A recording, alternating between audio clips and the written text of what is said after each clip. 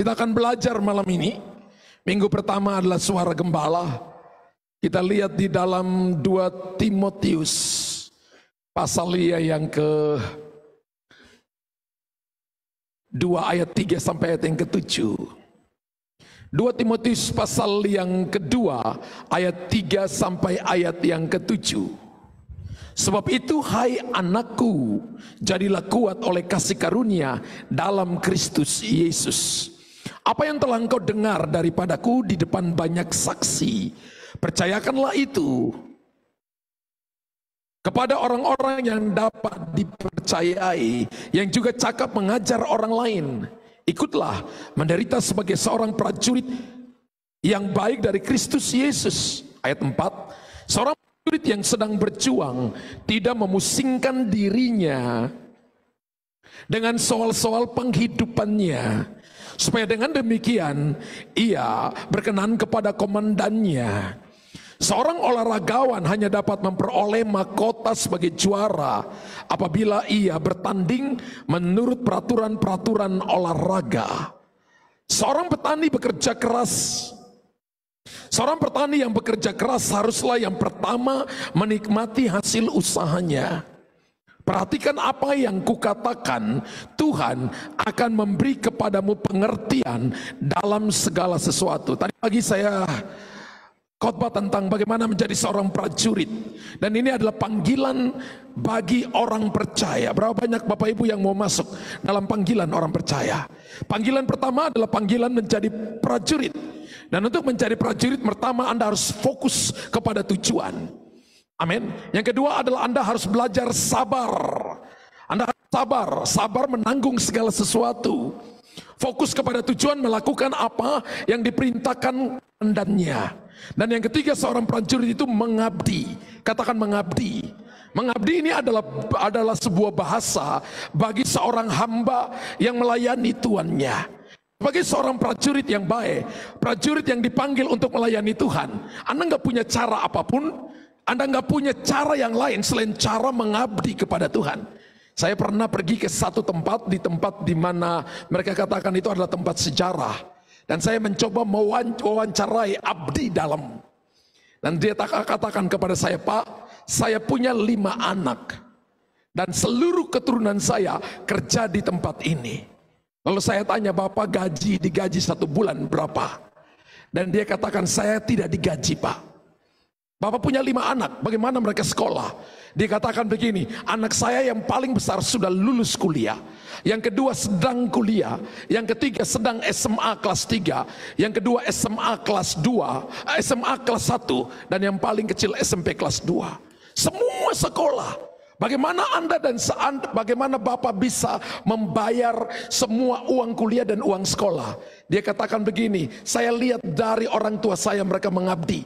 Saya ini juga sarjana, Pak. Dan anak keluarga saya semuanya melayani sebagai abdi dalam. Kami tidak kekurangan apapun.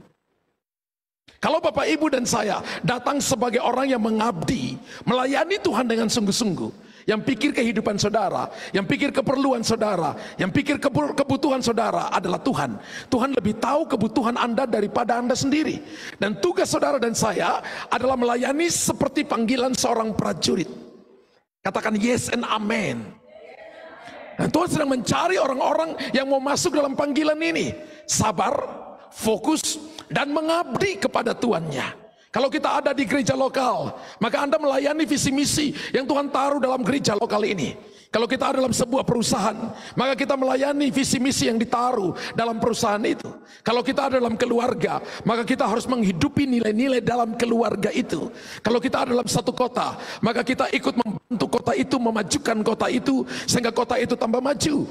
Kalau kita ada dalam satu bangsa, berdoalah bagi bangsa itu, sehingga bangsa itu semakin maju, karena Anda dan saya ada di sana.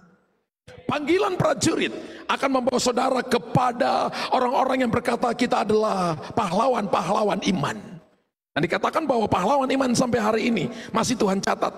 Kalau kita lihat Ibrani pasal 11, dicatat masih ada nama-nama saudara. Siapa tahu akan tulis nama-nama berikutnya, Ibu Marla. Siapa tahu akan ada nanti Pak Joni. Siapa tahu nanti akan ada nanti Vigo. Siapa tahu ada yang nama-nama pahlawan iman yang berdiri dengan iman dan mempercayai bahwa Tuhan itu hebat dan luar biasa. Tapi malam ini saya akan bicara tentang bagaimana panggilan menjadi seorang olahragawan. Haleluya. Panggilan menjadi seorang olahragawan. Ayat yang kelima berkata, seorang olahragawan hanya dapat memperoleh mahkota sebagai juara apabila ia bertanding menurut peraturan-peraturan olahraga. Ini tahun dimana kita berlari dan terbang lebih cepat, menjadi olahragawan, dimana saudara dan saya harus bertanding dalam jalur pertandingan, lari jalur pertandingan. Anda nggak boleh lari finish nomor 1, Anda larinya ke jalur orang lain, larinya siksak, tapi juara 1, maka Anda didiskualifikasi. Haleluya. Model kesetiaan yang kedua ini yang kita pelajari adalah sebuah disiplin dari seorang olahragawan. Saya mantan olahragawan 15 tahun. Dulu berlatih taekwondo. Olahragawan taekwondo 15 tahun. Gak mungkin Anda berlatih 1 tahun kemudian Anda jadi champion, gak mungkin. Haleluya. Tapi Anda harus dilatih bertahun-tahun, punya disiplin diri yang luar biasa. Saya ingat ketika latihan datang terlambat 5 menit, maka Anda kali 20 atau kali 50 tergantung pelatih dia mau ngomong apa.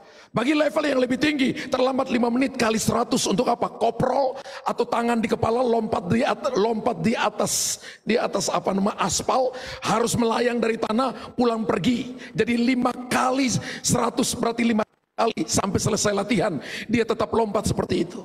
Dan saya percaya minggu depan nggak mungkin terlambat lagi.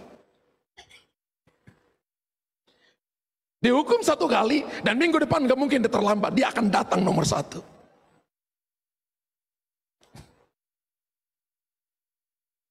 Dari olahragawan kita dapat mempelajari 2 karakter yang sangat menonjol, yaitu yang pertama adalah ketaatan dan yang kedua adalah kegigihannya. Amin. Yang pertama kita bisa belajar dari ketaatan daripada seorang olahragawan. Ini merupakan sebuah karakter pertama dari seorang olahragawan yang patut kita contoh adalah ketaatan pada peraturan. Tadi kita baca bahwa seorang olahragawan dikatakan hanya dapat memperoleh mahkota sebagai juara apabila ia bertanding menurut peraturan-peraturan olahraga.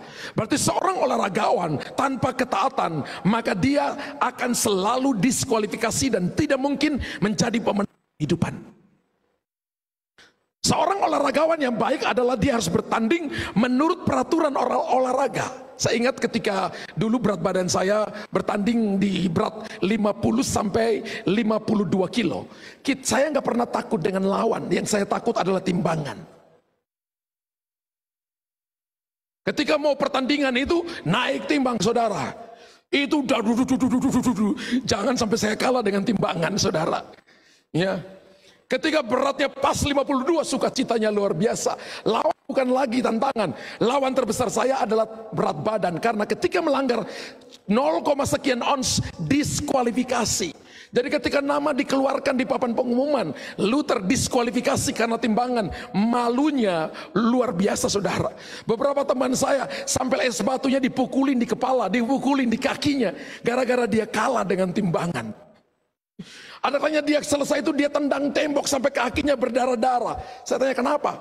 Aku marah dengan timbangan. Kamu gak ikut peraturan olahraga.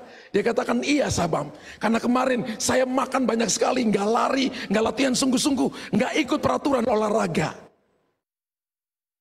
Berat lebih berapa ons? Cuma kurang lebih 10 ons. Ketaatan sangat penting. Amin. Tuhan punya sesuatu untuk saudara. Bahwa taat artinya ayat yang kelima, seorang olahragawan hanya dapat memperoleh mahkota sebagai juara apabila ia bertanding menurut peraturan-peraturan olahragawan. Bapak Ibu harus ingat bahwa seorang olahragawan sangat perlu untuk mematuhi peraturan jika mereka ingin menjadi pemenang dalam pertandingan.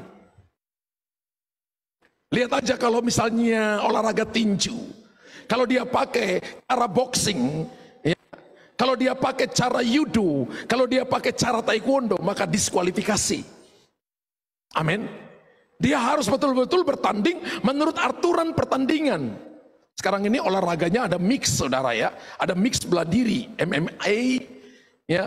Itu mix bela diri, adalah taekwondo, campur karate, campur jiu-jitsu, campur judo, macam-macam. Satu orang bisa kuasai 5 bela diri dalam dirinya. Ada yang karate dan macam-macam.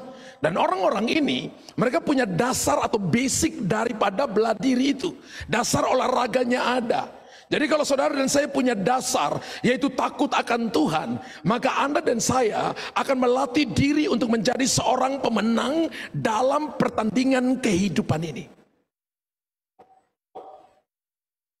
Amin. Apabila seorang olahragawan melanggar peraturan olahraga, maka tadi saya katakan langsung diskualifikasi. Dan Bapak Ibu sering mendengar, selalu saja ada pemegang medali emas dalam olimpiade yang harus mengembalikan emasnya, medali emasnya, karena di kemudian hari ia terbukti memakai doping dalam pertandingan. Pernah dengar? Untuk dia lari lebih cepat, untuk dia angkat barbel dan dia lebih kuat. Beberapa petinju harus mengembalikan sabuk juaranya karena ternyata terbukti misalnya dia memakai doping. Dia melanggar aturan pertandingan. Dan banyak orang Kristen, banyak pemimpin-pemimpin Kristen yang berpikir bahwa mereka memperoleh pengecualian, memungkinkan mereka dapat mengabaikan firman Tuhan. Namun pada saat yang sama mereka tetap mengharapkan berkat dari Tuhan. Kenyataannya tidak mungkin seperti itu. Bapak Ibu, kalau tidak mengikuti aturan, tidak mengikuti firman Tuhan, maka kita jauh dari berkat-berkat Tuhan. Tapi ketika Bapak Ibu mengikuti aturan, ingat bahwa ketaatan itu adalah karakter Tuhan. Yesus datang di muka bumi ini bukan cuma nebus saudara dan saya, tapi mendemonstrasikan ketaatan. Taat sampai mati, bahkan sampai mati di atas kayu salib.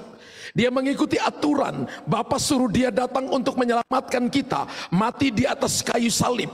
Dia pernah dihempaskan dengan ombak, dengan angin kencang, airnya sudah masuk ke dalam kapal. Tapi Yesus tidak mungkin akan ditulis mati tenggelam di dalam kapal bersama dengan murid-muridnya. Tidak seperti itu.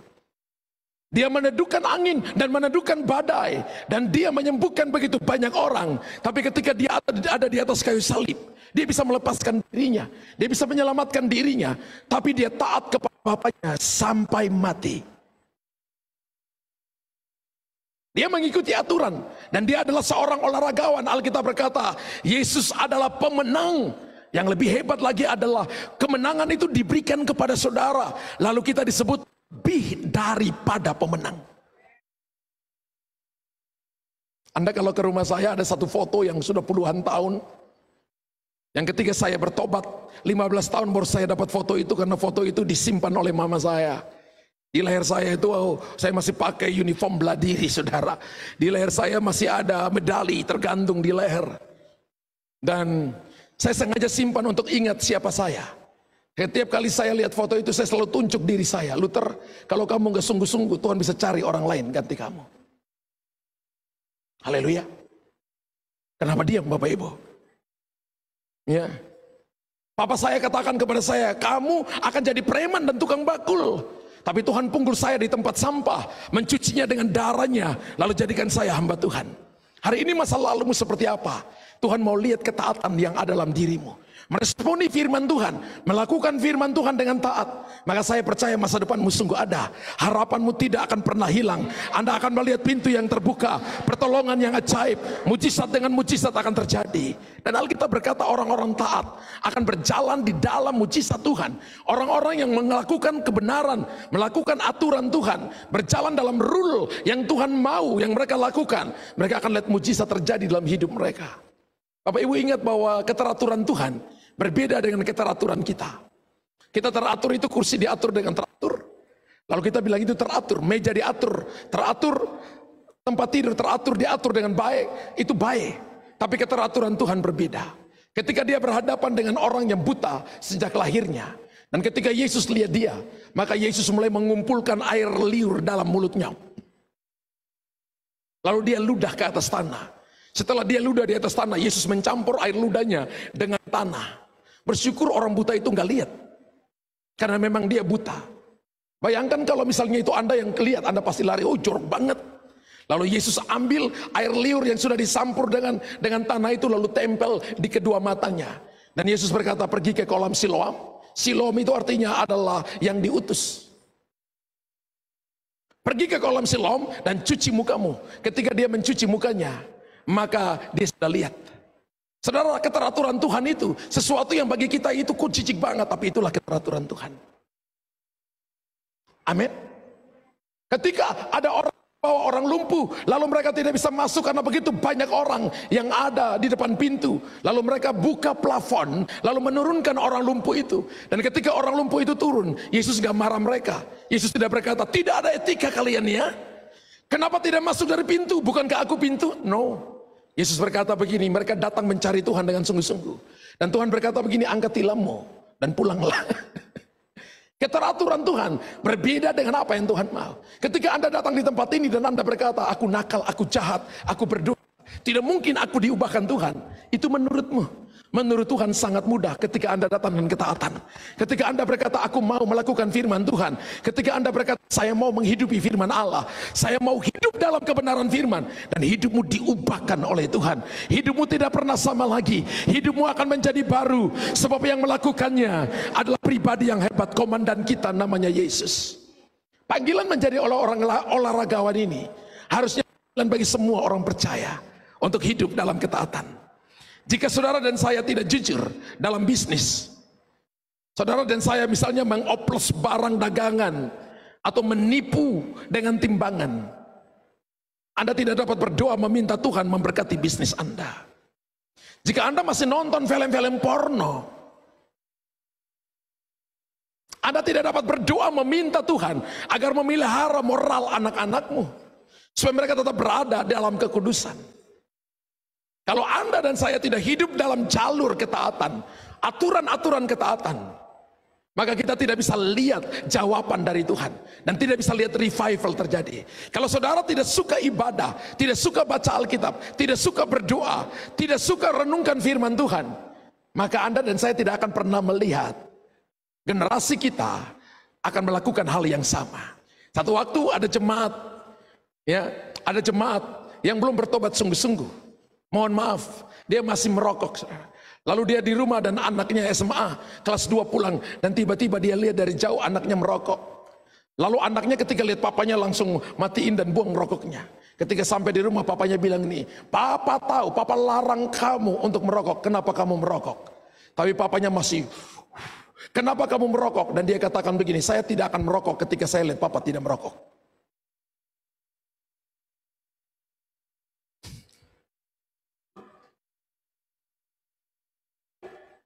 Anak-anak itu ada kalanya mencontohi lebih kuat daripada omongan kita. Haleluya. Satu saat saya ketemu seorang hamba Tuhan. Hamba Tuhan ini sederhana. Dia jadi hamba Tuhan itu karena dia ketemu dengan seorang hamba Tuhan yang suka latih begitu banyak anak-anak Tuhan. Dia datang dengan tas kresek warna hitam. Kemudian dia dididik. Dan orang ini sukanya tiap hari baca Alkitab, baca firman Allah, baca firman dan suka berdoa. Dan anak-anaknya dari kecil suka baca firman Tuhan, suka berdoa.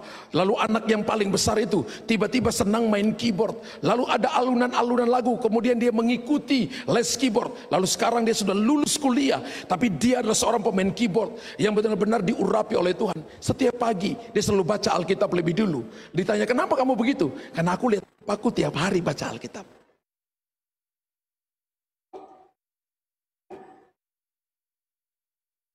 Haleluya.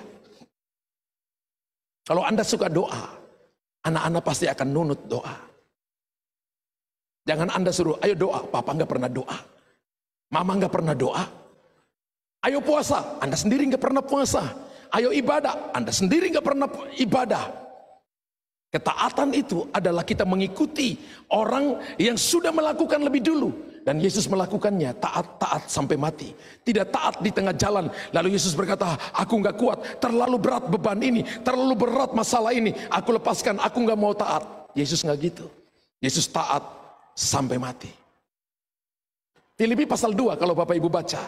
Ayat 7, 8, 9, dan 10. Dia taat sampai mati. Bahkan sampai mati di atas kayu salib. Panggilan olahragawan yang kedua adalah gigih. Harus punya kegigihan. Bukan gigi. Gigi itu Anda punya gigi yang putih-putih. Tapi dipakai huruf H di belakang adalah kegigihan. Amin. Saat ini kita hidup pada zaman yang serba instan, betul ya? Mie instan. Apalagi? Kopi instan. Gelar instan. Hampir setiap hari kita menerima SMS penawaran obat pelangsing. Ibu-ibu, anak-anak muda, aduh pinggulku, aduh iniku, aduh yuk.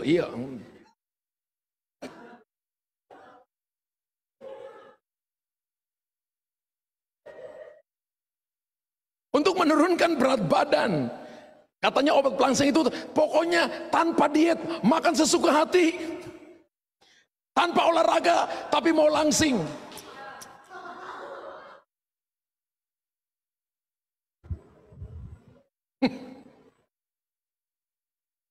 Ada yang begitu? No. Semua, Alkitab katakan begini, semua yang terjadi dalam hidup saudara dan saya, untuk Anda jadi ahli di sana, maka perlu jadi olahragawan yang gigih melatih diri kita. Saya nggak percaya bahwa ketika seseorang nggak pernah berdoa secara pribadi, dikasih mic lalu bahasa roh mengharapkan urapan turun. Bohong. Tapi saya percaya ketika Anda pulang ke rumah, waktu Anda punya waktu pribadi dengan Tuhan pribadi, waktu untuk merenungkan firman Tuhan, hatimu tertuju kepada Tuhan, dan Anda benar-benar jaga hidupmu dalam kebenaran firman Tuhan. Dan ketika Anda dikasih mic, maka saya percaya urapan Allah turun. Saya percaya itu. Bahwa kehidupan yang konsisten itu akan melahirkan pengurapan kuasa dan keberhasilan yang luar biasa dalam hidup saudara dan saya. Amin. Sama, saya nggak percaya juga kalau Anda nggak latih diri untuk bekerja dengan sungguh-sungguh, nggak latih diri untuk Anda disiplin dalam olahraga. Saya percaya Anda nggak akan mungkin jadi sukses. Kalau Anda mau punya otot binaraga, ototnya bagus, nggak mungkin angkat kursi ini 1 jam lalu Anda mengharapkan ototmu langsung otot kawat besi. Dan seperti nggak mungkin saudara. Benar? Anda harus latih tangan kanan, tangan kiri harus sama. Anda harus latih ototmu dan itu bisa berjalan, bisa bertahun-tahun. Jangan tergiur dengan SMS pelangsing tanpa olahraga dan tanpa diet. Pokoknya malam nasi setengah bakul, ludes, habis. Enggak. Bukan begitu kalau kita mau jaga badan kita. Saya percaya bahwa dalam bidang olahraga, kita tahu bahwa hanya dengan ketekunan, hanya dengan kedisiplinan dalam latihan, seorang olahragawan siap menghadapi dan memenangkan pertandingan. Haleluya. Saya lihat contoh Cristiano Ronaldo. Hari ini bermain bola di Arab Saudi. Satu tarikan nafas itu dibayar ratusan juta. Wow, 1 bulan itu dibayar, saya hitung itu hampir 250 miliar 1 bulan. 250 miliar sampai 300 miliar 1 bulan. Karena 1 tahun dibayar 3,3 atau 3,5 triliun. 3,5 triliun bagi 12. Setelah Anda dapat nilai per bulan, Anda bagi per 30 hari. Anda dapat gajinya per hari. Bayangkan saudara. Bagaimana dia bisa jadi seorang yang menjadi orang yang ahli dalam sepak bola. Ketika latihannya misalnya jam 1 siang. Dia sudah datang itu jam 10 pagi. Dia sudah tendang bola 1.500 kali ke gawang. Sebelum teman-temannya datang dan menemukan dia di lapangan sudah latihan lebih dulu. Dia nggak datang pas-pasan atau curi-curi waktu. Dia selalu datang lebih awal, melatih dirinya di atas rata-rata. Dia ekstravagans, dia melakukan yang terbaik untuk dirinya sehingga dia menjadi seorang pesepak bola yang terkenal. Kalau Anda mau dipakai oleh Tuhan, maka Anda harus gigih. Anda tidak boleh hidup karena masalah lalu Anda berhenti. Tapi ketika Anda lihat masalah, Anda selalu berkata, ini waktu untuk saya naik lebih tinggi. Ketika lihat persoalan, Anda berkata, ini waktunya untuk saya menjadi dewasa. Saya menjadi orang yang dapat dipercaya. Ketika Anda mengalami kebangkrutan, Anda berpikir, ini level untuk saya naik lebih tinggi dan menjadi orang yang akan diberkati lebih dari hari-hari kemarin. Dan ini adalah waktu untuk saya berjalan maju, bukan mundur. Saya baca sebuah cerita tentang Thomas Alva Edison. Satu saat punya sebuah tempat untuk dia penelitian. Tiba-tiba pada waktu malam, tengah malam, tempat itu terbakar. Dan ketika pagi, mobil pemadam kebakaran datang, bukan ambulans. Mobil pemadam kebakaran datang. Lalu kemudian memadamkan api itu. Lalu diberitahukan kepada Thomas Alva Edison bahwa kamu punya klinik terbakar. Di dalamnya ada begitu banyak hal yang sedang dia temukan dan terbakar semuanya, tidak ada sisa satu kertas pun. Dan ketika dia datang, anak lakinya berkata, Papa, kita gagal. Papa sudah gagal. Papa tidak akan mungkin sukses. Lalu dia natap anak laki-lakinya itu dengan sangat tajam dan dia berkata, tidak nak. Kita sedang baru memulai tahap yang baru lebih baik dari hari-hari kemarin. Dan Bapak Ibu, setelah hal itu, maka dia menemukan balon lampu. Dia menemukan yang namanya, kita bisa listrik, ditemukan oleh seorang yang bernama Thomas Alva Edison. Baterai alkalin ditemukan oleh Thomas Alva Edison. Bapak Ibu lihat, seorang yang gagal berkali-kali. Dan dikatakan dia gagal lebih dari 1000 kali dia gagal. Tapi dia gigih, dia tidak mau berhenti. Dia selalu berkata, ini kesempatan untuk kita lebih baik dari kemarin. Ini kesempatan kita lebih baik dari hari ini. Ini kesempatan untuk kita lebih baik dari tahun lalu. Ini kesempatan untuk rohani bertambah maju. Ini adalah tahun berlari dan terbang lebih cepat. Kita harus pergi lebih cepat dari tahun-tahun kemarin. Dan tidak boleh tertipu dan terhenti karena kegagalan di masa lalu. Kegigihan akan membuat kita berbeda. Kegigihan akan membuat Anda terus berjalan maju. Dan tidak akan berhenti di tengah jalan. Amin. Ketika saudara lakukan hal ini, maka Anda akan melihat perkara-perkara hebat, perkara-perkara ajaib. Satu saat ada seorang pelari yang datang di dalam Olimpiade musim dingin di Inggris waktu itu. Dia terbang dari Afrika dan dia datang, dan ketika dia berlari dalam lari maraton itu, dalam lari maraton 10 kilo itu, dia terjatuh dan dia punya kaki cedera, dan ankle tangannya itu juga mengalami cedera yang agak parah. Dan Bapak Ibu tahu, semua orang, teman-temannya itu sudah masuk finish. Dan orang yang ada di tribun itu sudah mulai angkat barangnya dan mereka akan tinggalkan tribun itu. Tiba-tiba mereka mendengar sirine mobil dari kejauhan. Mereka mendengarkan sirine. Kemudian mereka lihat, ada apa? Bukankah yang tadi pelari nomor 1 sudah masuk, pelari nomor 2 sudah masuk, nomor 3 sudah masuk. Lalu sirine itu tiba-tiba membawa seorang yang lari dengan pincang, tidak berhenti berlari. Dan ketika dia masuk dalam stadion itu, dia menyelesaikan 400 meter. Ketika dia mulai berlari dalam stadion, semua orang yang tadinya mau pulang, turunkan barangnya dari pundak mereka, tas mereka ditaruh kembali. Lalu mereka berdiri dan memberikan aplaus kepada orang ini. Selesai itu dia dikejar wartawan dan mereka tanya, kamu pelari terakhir. Dan kami lihat semua orang berdiri memberikan tepuk tangan kepada kamu. Pertanyaan wartawan itu begini, kalau kamu tahu kamu pelari terakhir, kenapa kamu masih terus berlari? Kamu kan gak dapat medali lagi. Dan dia berkata begini, aku dikirim oleh negaraku kurang lebih 7.000 mil ke sini, bukan untuk memulai sebuah perlombaan, tapi untuk mengakhiri sebuah perlombaan. Anda dan saya diutus Tuhan di muka bumi ini bukan memulai sebuah perlombaan, tapi untuk mengakhiri sebuah perlombaan.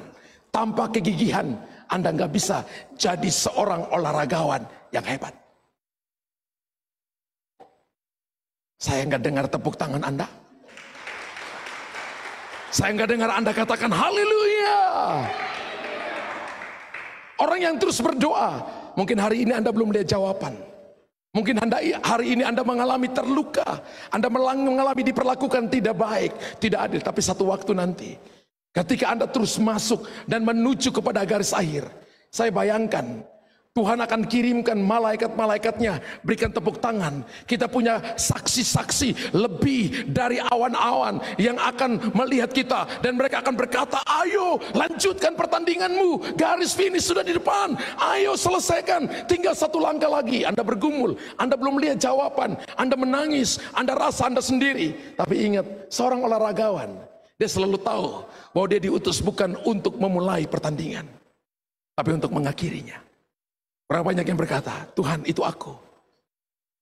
Mungkin kemarin aku gagal, tapi hari ini aku akan terus berlari. Mungkin 1 jam yang lalu aku rasanya tidak ada masa depan, tapi hari ini aku percaya aku punya masa depan yang pasti di dalam Tuhan. Haleluya. Dan tidak ada yang tidak mungkin bagi Tuhan. Saya percaya tahun ini akan menjadi tahun yang sangat exciting. Tahun ini bagi CKF adalah tahun penuaian. Tahun di mana saudara dan saya berlari dan terbang lebih cepat, terutama dalam menyelamatkan jiwa-jiwa bagi Tuhan. Tahun untuk berlipat ganda. Tahun untuk Anda tidak lihat kegagalan kemarin, tapi melihat keberhasilan yang akan terjadi pada masa depanmu. Keberhasilan yang akan terjadi hari ini. Anda harus bertumbuh, Anda harus gigih dengan Tuhan, Anda harus taat dengan Tuhan, dan akan melihat perkara-perkara besar. Jadilah olahragawan. Dan yang ketiga adalah kita belajar dari panggilan sebagai orang percaya adalah panggilan seorang petani. Saya ini anak petani. Papa saya ajarin saya bagaimana tanam singkong. Papa saya ajarin saya bagaimana untuk ambil durian, langsat, manggis. Papa saya ajarin saya tentang bagaimana menjadi seorang petani. Dan model kesetiaan yang ketiga ini adalah kita belajar dari kerajinan dari seorang petani. Dan ada 2 karakter yang dapat kita contohi dari seorang petani ketika kita belajar dari petani ini.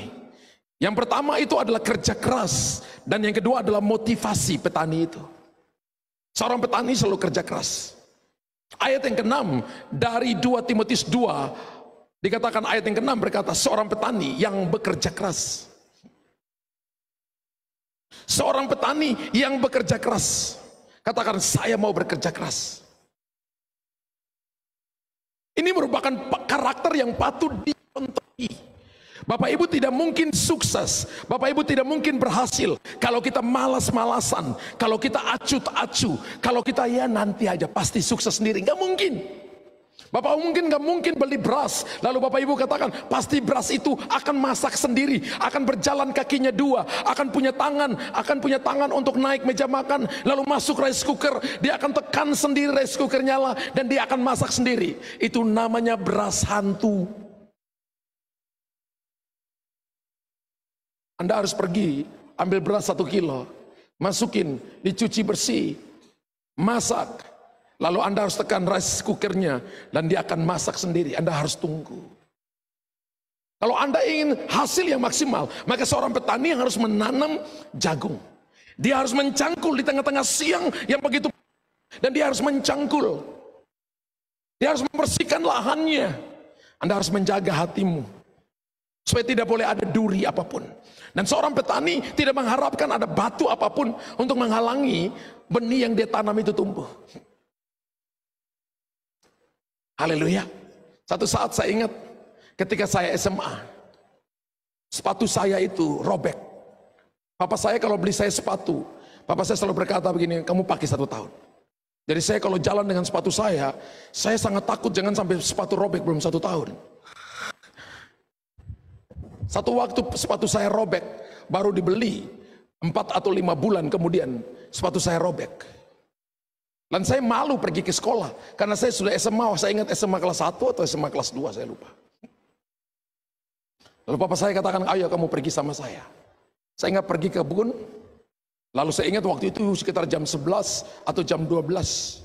Saya lihat rumput begitu banyak. Beliau dengan parang, beliau dari pakai baju sampai kemudian beliau buka baju, saya lihat keringat mengalir, turun di tubuhnya. Lalu saya lihat di sana beliau, kemudian saya lihat beliau mulai tanam singkong, tanam keladi, tanam macam-macam. Dari sampai sore, saya lihat sampai jam 4. Enggak berhenti-berhenti. Saya cuma duduk saja, saya cuma lihat. Saya tanya, Pak mau dibantu? Kamu duduk aja di situ. Jam makan, naik, beliau cabut singkong.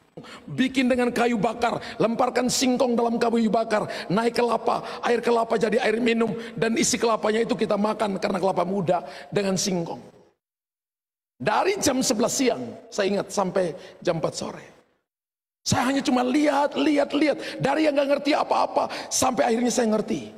Untuk bapak saya dapat uang, beliau harus kerja keras seperti itu. Mungkin orang tuamu seorang bisnismen.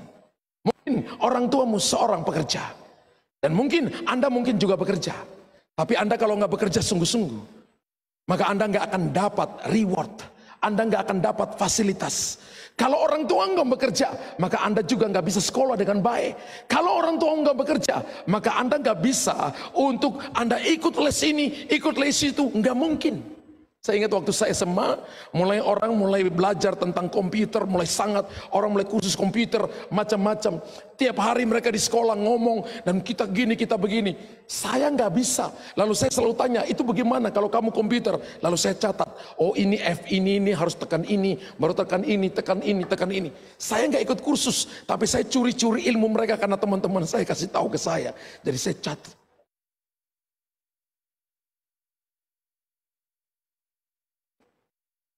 Anda boleh lahir dari seorang anak petani, tapi masa depanmu mungkin bukan anak-anak petani.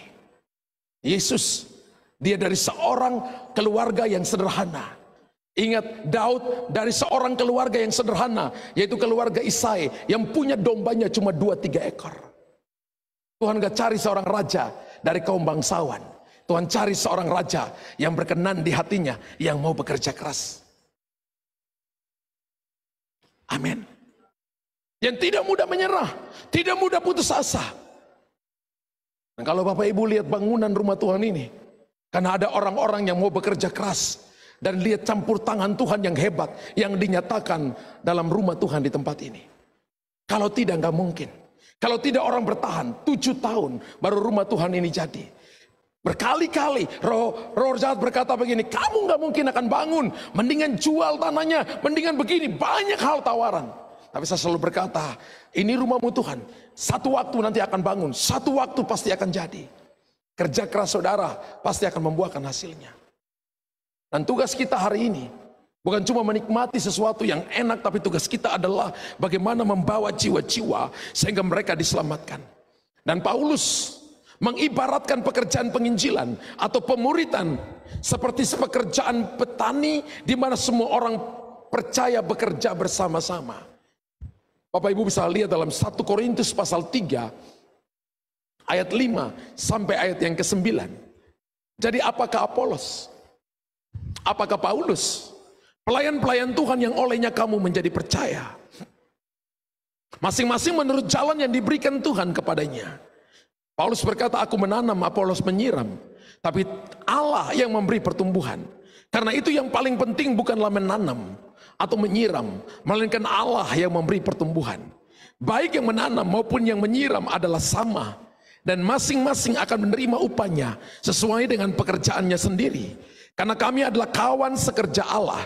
Kamu adalah ladang Allah, bangunan Allah. Orang lain teman saudaramu adalah ladang Allah. Dan kita adalah kawan sekerja Allah. Kita adalah pelayan-pelayan dalam rumah Tuhan. Dan setiap orang Kristen ketika membaca ayat ini harus memiliki tugas masing-masing. Ada yang membajak, ada yang menabur, ada yang menyiram, dan ada yang menanam. Tapi Tuhan yang menumbuhkan. Amin. Jadi ketika Anda beritakan firman, ketika Anda membajak, ketika Anda berdoa, ketika Anda datang dan menceritakan kehidupanmu before and after kepada orang itu, kehidupan sebelum bertobat dan sesudah bertobat, dan orang melihat ada perubahan hidupmu, maka itu Anda sedang membajak, Anda sedang menanam benih, Anda sedang menaruh benih dalam orang itu. Dan satu waktu nanti Tuhan yang menumbuhkan, orang itu akan diselamatkan, orang itu akan dibawa kepada Tuhan, dan nama Tuhan ditinggikan, nama Tuhan diagungkan. Saya ingat, saya itu mulai dengan cuma hanya pergi jemput-jemput kakak perempuan saya. di tempat doa. Mereka doa di atas. Waktu itu belum ada gereja, jadi pakai ada sebuah ruko. Saya pulang latihan, belah diri, lalu saya pergi jemput. Karena saya lihat waktunya sudah jam 11.30 malam. Saya tunggu di bawah, saya dengar mereka doa di atas. Saya tidak mengerti bahasanya karena doa pakai bahasa roh. Mungkin ada Anda yang baru pertama kali datang dan lihat pemimpin pujian. Lihat ini bahasa apa, saya nggak ngerti, ini bukan mantra. Tapi itu adalah bahasa doa. Alkitab katakan itulah bahasa roh. 1 Korintus 12, 1 Korintus 14 menjelaskan itu kepada kita. Amin. Dan ketika saya datang dan saya dengar, lalu saya tanya kakak saya, itu bahasanya bahasa apa? Doa saya tidak mengerti, itu bahasa apa? Dia nggak jawab. Karena berkali-kali pulangnya jam tengah malam dan saya jemput. Lalu satu waktu dia berkata, satu waktu nanti kamu akan alami, baru kamu tahu itu apa. Saya ingat, saya pergi jemput dia, nggak sampai 2 tahun. Maka Tuhan menjamah saya. Tuhan menjamah saya. Satu waktu kakak perempuan saya itu bawa pulang sebuah warta, buletin dari Bethany Families. Di depannya itu ada, di foto paling depannya itu adalah ditulis segini, jago karate, bertobat terima Yesus dan melayani Tuhan. Yeremia 17 ayat yang kelima. Saya tuh bertobat bukan karena khotbah orang lain. Saya bertobat karena baca kesaksian dari hamba Tuhan ini. Terkutuklah orang yang mengandalkan kekuatan sendiri, yang hatinya menjauh dari Tuhan. Saya ingat waktu itu saya sudah pakai uniform latihan, saya sudah pakai tas latihan, saya mau pergi latihan anak-anak saya di sasana saya. Dan ketika saya baca itu, karena saya lihat, bertobat. Saya dan 3 atau dan 4 waktu itu saya lihat. Bertobat terima Yesus dan sekarang jadi hamba Tuhan. Waktu saya baca ayat itu, Roh Kudus bilang gini, kamu orang terkutuk. Saya tetap pergi latihan, tapi ketika saya sampai di tempat latihan, saya sudah pakai uniform saya. Ada 2 suara di telinga saya.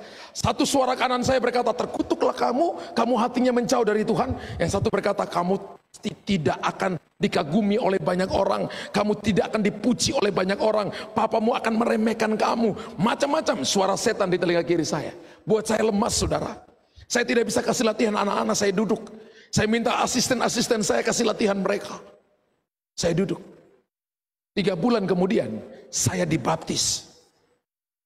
1 bulan kemudian maka saya didoain kelepasan. Saya bertobat. Kemudian saya bakar seluruh uniform saya. Tinggal 1 foto yang tadi saya cerita, saudara. Saya lihat cara Tuhan itu luar biasa. Saya beritahukan kepada saudara bahwa ketika Anda datang dengan hati yang sungguh-sungguh, kerja keras di hadapan Tuhan, maka Tuhan melihat itu dan akan menumbuhkan semua yang Anda lakukan, benih yang Anda tabur, karena Tuhan tahu bahwa Anda mau bekerja dengan sungguh-sungguh di hadapan Tuhan. Prajurit dan olahragawan disambut dan disanjung orang banyak ketika pulang membawa kemenangan bagi negerinya. Kemarin kita baru nonton sepak bola, yang pegang Argentina sangat bersuka cita.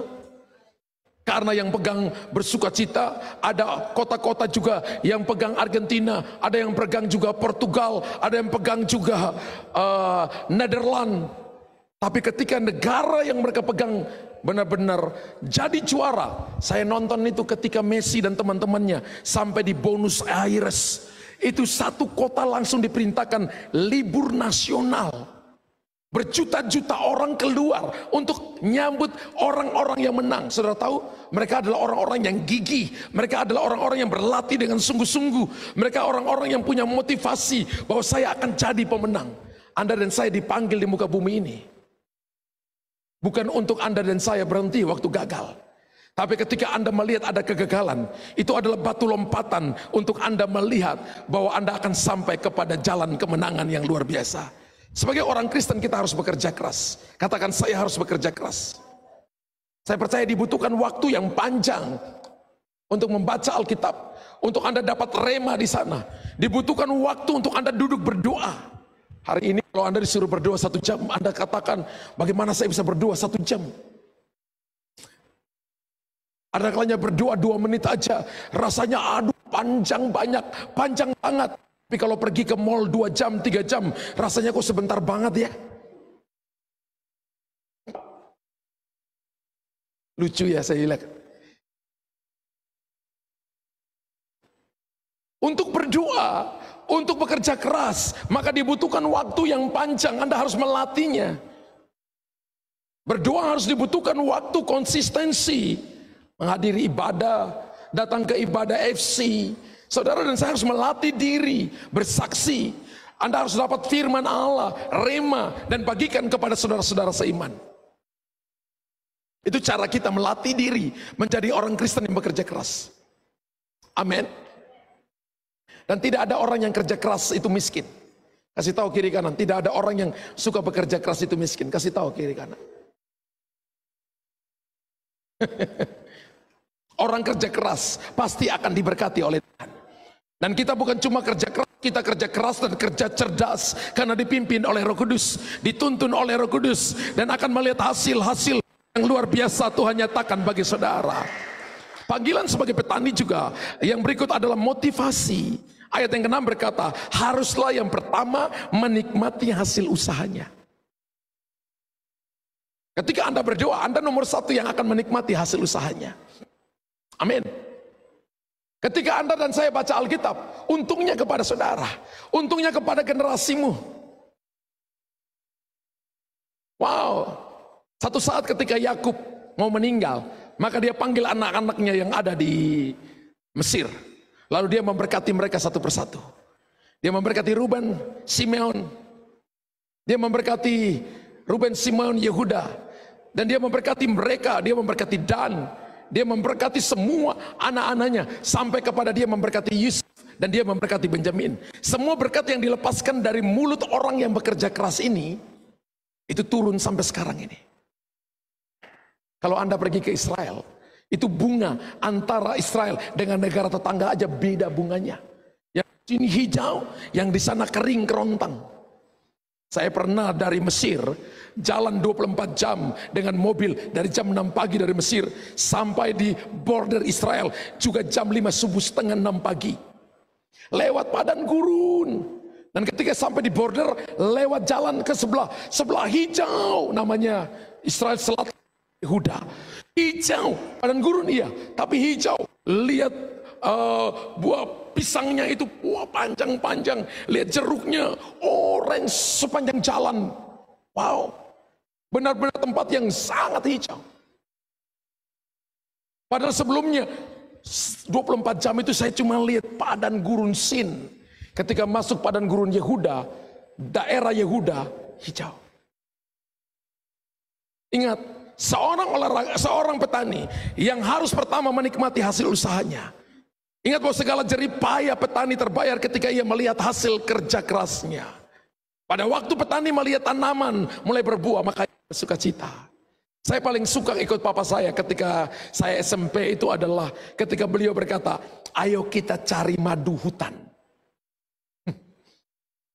Memang itu resikonya tinggi. Tapi laki-laki saya ikut papa saya cari madu hutan. Di tengah hutan-hutan rimba, pohon-pohon gede.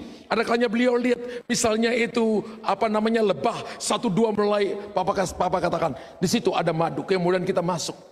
Wow, papa saya katakan, kamu dengan papa jarak 10 meter. Jangan berdiri dan jangan bergerak. Jangan pukul tanganmu ketika lebah hinggap di tanganmu. Diam. Jadi saya diam mungkin sekitar 30 menit. Papa saya ambil bambu, rokok dipasang di situ. Jadi ketika lebah itu kena asap rokok, dia pusing saudara. Lalu beliau ambil madu. Itu petaknya itu gede-gede. Madunya netes dalam sekali. Kemudian kita masukin ke dalam ember. Sebelum Bapak masukin ke dalam ember, selalu satu potong dilemparin ke saya. Suruh digosok di muka, digosok di tangan, digosok di kaki. Lalu saya disuruh berdiri, diam. Saya bilang, Papa, banyak sekali yang hinggap di badan. Papa bilang, diam aja, tenang, diam. Jadi saya diam, saya dikerumunin sama madu. Sambil papa saya ambil semua madunya itu. Sampai selesai. Selesai itu Papa bilang, ayo jalan. Kita jalan mungkin 50 meter. Baru itu lebah-lebah itu tinggalkan tubuh saya. Tubuh saya itu penuh dengan madu dari sini sampai di ujung kaki. Dan itu saya ingat setiap kali pulang, itu madunya banyak sekali saudara. Orang bilang itu madu asli. Dari dalam-dalam pohon yang paling dalam itu diambil. Orang yang kerja keras pasti yang pertama kali dapat menikmati hasil usahanya. Ketika itu dijual, itu bisa bayar banyak hal. Uang sekolah, uang kuliah kakak-kakak saya. Saya lihat papa saya, hampir setiap waktu tidak berhenti. Selalu mau pergi dan terus bekerja keras. Ayat yang ke-7 berkata begini, perhatikanlah apa yang kukatakan. Tuhan akan memberi kepadamu pengertian dalam segala sesuatu. Haleluya. Amin. Sama kalau Bapak Ibu lihat seseorang khotbah. Khotbahnya dia, ada kalanya saya hampir setiap hari harus menyiapkan khotbah. Karena kita ibadah hampir setiap hari. Ibadah free kita cuma hari Senin.